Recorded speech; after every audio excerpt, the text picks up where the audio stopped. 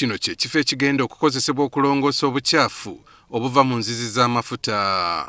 Kino kisangibwa mu ggombolola y'Ekyangwali mu disitulikiti y'Ekikuube. Ekimu ku bisibwako ennyo essira mu nteekateeka z'okusima amafuta kwe kulaba nga wabaawo awalongoosebwa ebikyafu ebiva mu mafuta gano bireme kubeera eby'obulabe eri eggwanga. Amagye g'eggwanga aga UPDF wamu ne kampuni y'Abachina be baawoma omutwe mu kuzimba ekifo kino. Akulira ekitongole ky'Amagye eky'ebyenkulaakulana ki NEC Lt General James Mujira agamba nti Uganda yali terina byuma birongoosa bukyafu obw'ekika kino kwe kukwatagana n'Abachina. Twali tetumanyi bintu bingi ne tufuna mikwano gyaffe ne tuwa technology ne tuwa skills naffe ne tufuna ettaka wali kumpi waggulu wa escarpment kumpi n'enankani ne oil gye bagijja ne tuzimba eyo factory gyaffe gye mwalaba Pulezidenti ng'akola ki ng'agulawo. Factory y'amaanyi, factory ya mulembe, tutaddemu sente nyingi, miliyoni nyingi za dola ze tutaddemu nga NEC. Ate ezo sente zonna twazikoze tetwazisabye mu gavumenti. Akulira amakolero Galwell Industries aga NEC Major General Sabit Muzeyi agamba nti ekyuma kino tekikola ku bukyafu obuva mu mafuta bwokka wabula kijja kubayambako okulongoosa amazzi aganaakozesebwa okufukirira ebirime byabwe. So one of the facilities is waste water treatment. So the waste water that will come out of the treated facility will be used to irrigate the plants that we are going to put in the soil today and in the future.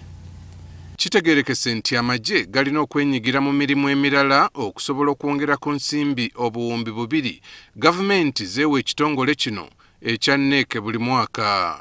Kyoba olaba twateekako kizebita business strategies ne tugamba katukole ne mukwano gyaffe tukole joint venture ne tugamba katadiversify tugende mu areas endala kwegamba buno busente bwe tufuna butuyambe tubuluinvestinge wano zituyambe okubeerawo nga NEC kuba bw'oba otokoze ng'ebyo kyoba owulira mbu gavumenti palestate tezikola ebya gavumenti tebikola kijja kufa lwakuba abantu tebatuula ne bakirowoozaako ne bagamba tusobola okukola kikolaba nti bizinesi zaffe za gavumenti tezifa ng'ezedda. Ekitongole kya NEC bwe kiba kikoze amagoba ensimbi ezimu bazizaayo mu minisitule y'ebyokwerinda ne ziyambako abasirikale ababa n'ebizibu eby'enjawulo. Tolya nsigo olya fruit ebibala exactly. So eyo philosophy yaffe katusooke tufune obusente kati abamu bawulira ze mukoze muzireete tuzirye ate kati munaye nalya ensigo ojja kufuna ebibala. Abakulu mu disitulikiti eno ey'Ekikuube bagamba nti okuzimba ekifo kino kyakuyambako nnyo abatuuze mu kitundu kino. Bwe bali batandika pulojekiti eno abantu abasinga obungi ndowooza bitundu nga 8 mu 100 n'okusingako emirimu bagiwa abantu ba wano.